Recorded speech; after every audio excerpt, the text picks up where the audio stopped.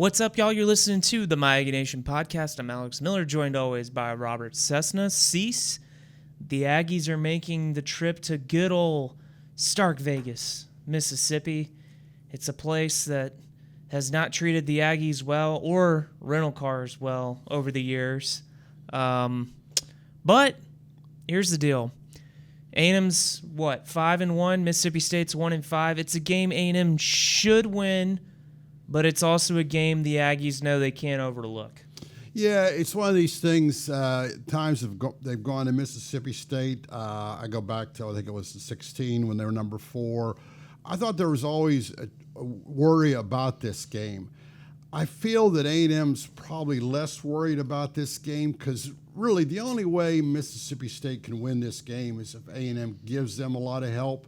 And A&M hasn't given the opposition a lot of help the last 5 games, and that's whether no matter who the quarterback is. They've had a quarterback switch. So they've done a great job protecting the ball, and you can laugh because I know people have probably seen Elko at his press conference on Monday hit the old – but, really it's about execution. It's interesting. I was thinking about A&M just doesn't have fumblers. You go back to a couple years ago, big fumble at Miami. I think that was Moss. It all runs together, but they did have a big fumble. But they haven't made a lot of bad, stupid turnovers since the opener. Yeah, I mean, it seems like the formula for A&M to win is pretty simple. Do what you do and don't do stupid things. And, I think that was kind of the game plan in 2020 when they went down there, and it was like a 28-14 win, and you're like, this didn't really move the needle much. It was kind of lackluster, but the bottom line is they won a game in Starkville, and that's not been a place A&M has done very well in traditionally. I think I read this week Mississippi State is honoring its 2014 team at the game this week. The Cowboys are off. Dak might be there. I think Aggie fans turned off the TV in the third quarter watching that one back in 2014 when Dak and them sliced them up. But, it's just crazy how Mississippi State has just continued to be a thorn in A&M's side. And let's be honest, aside of that 2014 season, Mississippi State has not been very good since A&M's been in the SEC. No, Prescott was good. Now, Leach had a couple nice years, but the bottom line is they've lost, I think, 4 of the last 5 at Starkville. A&M finds a way to lose. The blocked field goal, you think about, was the guy offsides and all this. I think about the Drew Blanco, the coach that was there for like 2 years. Arnett. No, the one that beat Jimbo. Moorhead. Moorhead. It's Moorhead. Like, the guy that I always remember. Feinbaum said he was going to be very successful, which is kind of unusual for Feinbaum, but I remember A&M lost that game they shouldn't have lost, whether it was a punt return or just really something stupid. But, once again, is you look, A&M's got enough offense, I think, when you look at how bad the defense is for Mississippi State. I think Mississippi State might score, 14 points or what have you. But I think A&M with, once again, what we saw from Wegman, what we've seen every game, really from the running game, they ran the ball well enough against Notre Dame even. Yeah, Nick Fitzgerald, former Mississippi State quarterback who beat A&M 3 times, he posted on social media this morning, he was like, man, I didn't know Aggies hated me that much. Like, I've been seeing my mentions this week, and it's been terrible. And it's like, yeah, Aggies do have some disdain for that guy. And here's what Nick Fitzgerald did well. He made big plays. If you think about that 2016 game, he had the 75-yard touchdown to start the game. In 2018, Jimbo's first season, he had it was like 76, I think, at the end of the fourth quarter to put him up 2 scores. And so, if you're Mississippi State, you got to come out swinging, right? I mean, Levy likes to let it loose, right? I mean, they did it last week at Georgia. I mean, I don't know about you, 31 at Georgia, that was pretty impressive for Mississippi State. Oh, without a doubt.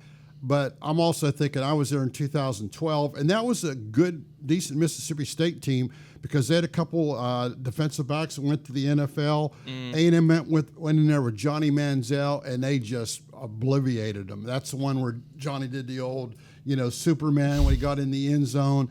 And that was just a blowout. Just A&M took care of business. And I look for more of that. I'm impressed with what Levy has done with this team since the start of the year, when you consider they had 0 returners on offense. 0, which is, I don't care, you're in the SEC and you bring back 0 on one. I don't care how many transfers you bring in. That's tough to get any kind of cohesiveness really quick. So I'm impressed with what he's done. And I think Georgia was probably looking ahead to Texas and all this. And Georgia has a tendency to play down to the competition. You think they could have lost to Missouri a couple of years ago. Kentucky this year. But then when they play the good teams, they really jump on them. And I think that's a sign of a Kirby Smart team. But getting back to A&M, I look for, especially the week off, that A&M's fully healthy, has all its weapons, so to speak. And they've done well right off the bat every time they've had the ball in first possession. I look for it to be 7-0 pretty quick. Something that you mentioned is the health of A&M's team. This is something that A&M has really been troubled with the last 2-3 years. Is A&M gets to the middle and down the stretch of the season, and they're playing into their 2 deep pretty heavily, and that hasn't really been the case so far this season. I mean, I know there's a couple spots. You think about nickel, you think about center. Center's kind of take care of itself. Nickel's been a work in progress. I think we're going to see a lot more BJ Mays on Saturday, by the way. And I'm just curious what you think of how far the health goes, especially when you think about a guy like Zune, or at running back when they lost Owens, those kind of things, and how A&M's kind of weathered the storm. I look at 2 things. I was looking at this the other day. When you think about how many players are in A&M's 2 deep that came in via the transfer, I think, once again, a lot of teams have more quality depth because of the transfer. You mentioned, Radcliffe, people like this are not even listed, as a starter, but they're going to play a lot. Is Brooks going to start, or who's going to start? He'll put a couple offensive linemen in maybe to get a couple series. So I think that, along with, I think what A&M gets beat down a lot of times in the past is this mental black cloud hanging over them that you're going to fall apart. And I think that weighs on a lot of teams, but I get the feeling that somehow Elko and his staff has embraced that that's not who they are. The past doesn't matter. And the good thing is they've got 55 players that weren't even here last year. They don't know that they're supposed to go to Starkville and have trouble with the cowbells, and that they might do something stupid. I think that's one good thing about the transfer portal. Once again, these guys come in here to win with this team. They don't care that A&M hasn't been to a championship game, since 1998. I think mentally they don't have any baggage right now. Now, if you go down there and jack around, Florida was a good example. They went down there and took care of business. I don't think right now this team has any mental baggage. So when you look at the game on Saturday, if you're A&M and you win the toss, are you receiving or are you deferring, knowing that Mississippi State's going to probably try and come out guns blazing, or do you take it in your own hands and try and get a lead from the get-go and play from ahead? And we know that A&M can do it because Klein's been pretty good with his scripts. That's why I said I expect 7-0. I look for Elko always to go with, I'm going to go ahead and defer. I think he's a defensive guy. Why wouldn't he have confidence defense? We mentioned they've given up the big play, yet they haven't given up a lot of points. They're basically, if somebody scores 20 points on them, that's a good game. And in the SEC, I don't care how good it is, you hold teams to 20 points, you better be winning. So I think if he does win the toss, I think he'll play defense, but I could be wrong. This is a big weekend in the SEC. Man. You look at it around the league, and it's just big game after big game after big game. I mean, there's Alabama's playing at Tennessee, Texas hosts Georgia, LSU's got to go to Arkansas. What am I forgetting? Kentucky's playing Florida. South Carolina's at Oklahoma. I mean, there's just great. This is a huge weekend. Cease, now that A&M we're halfway through the season, A&M's in the conversation at the top. What are you looking for around the league this weekend that would play into how things could affect A&M? Well, if you're A&M, you're just looking at who's going to go behind you. They put Missouri behind them. They put Arkansas behind them. And then you see other teams, when Arkansas beats Tennessee, that makes your resume look good. I think actually Aggies should hope that LSU beats Arkansas, I think, because you want to come in there, you want to beat a top 10 to 15 team. And I get it. As the flip side of it is, I don't think you want a mad LSU team coming in here. I think, once again, it's about A&M taking care of business, and you could look at all those scores. The Oklahoma-Tennessee loser is going to be out, so to speak. You look at Ole Miss. Ole Miss has a week off. They already have 2 losses. I think there's going to be a couple 2-loss teams get into the college football playoff. It's going to be who you lose to and how it is. But right now, the good thing is A&M's only got 1 loss. So the longer you stay with 1 loss, the better off life is. So I think A&M is in a very enviable position this weekend if you take care of business. Because if Georgia could go in, beat Texas, I don't think whoever wins that game, I don't think that's going to matter much to A&M, because if Georgia would pull the upset, then A&M could knock Texas out of the water come the last game. If Texas goes ahead and win, then A&M upsets Texas, so to speak. That's even better for them. Right now, 5-1, and the fact that loss was in the first week, not the third, fourth, or fifth week, I think A&M's in a very good position, and they got a weak schedule.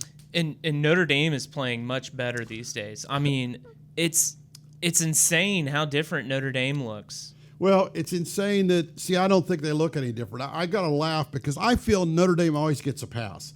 If A&M played Notre Dame's schedule, that they went up to Notre Dame and won, and then they came back home and lost to Sam Houston State or Bowling Green, then everybody say, oh, A&M's can't do it. Yet you look at Notre Dame, they still haven't really beaten anyone of substances except A&M, which is good for A&M, which that's good for A&M. But I go, how many schools can do that? Where you have an okay resume, but you get pushed up because you're Notre Dame. It's incredible, and I don't actually complain about that. All schools want to get to that place. You want to get to that place. It's like inflation. Their $10 is better than anybody else's $10. Yeah. I think if you're A&M, I would agree with you. You want LSU to win this weekend because you've already beat Arkansas.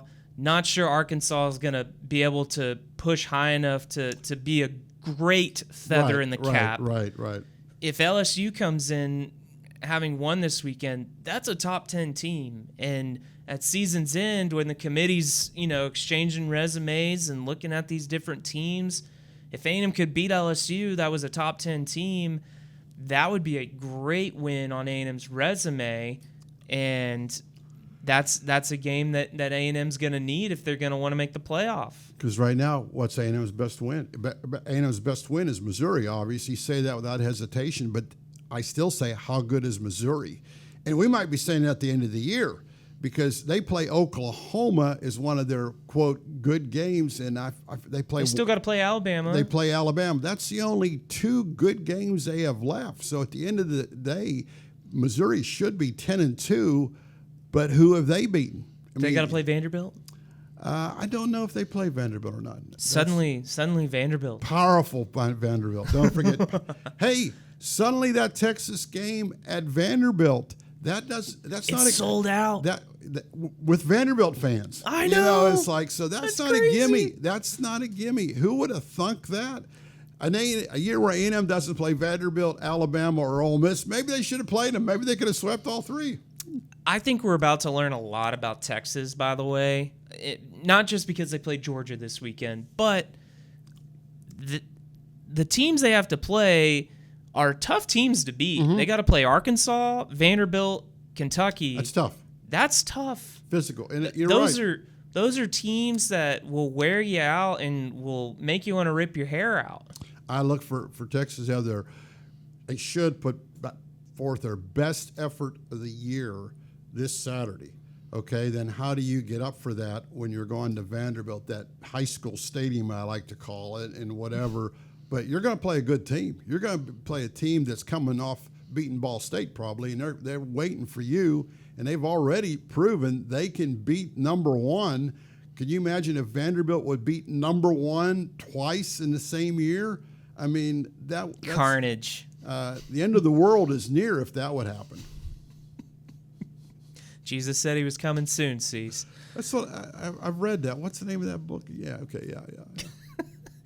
All right, well, hey. It's the Bible of life as opposed to Texas football, the Bible of football. I think that's going to do it for us today. Hey, we'll be in Starkville on Saturday bringing you coverage for A&M at Mississippi State. Be sure to check theeagle.com for all of our coverage from the game. Reverend Cease and first brother Alex will be there. You might see us at Rusty's on Friday night in Vicksburg. Was I not allowed to tell him? Oh, you just, hey, everybody ought to know. Alex just doesn't give autographs. Remember that. Yeah, we'll be there too late anyway. All right, we're signing off. We'll see you next week on the My Aggie Nation podcast.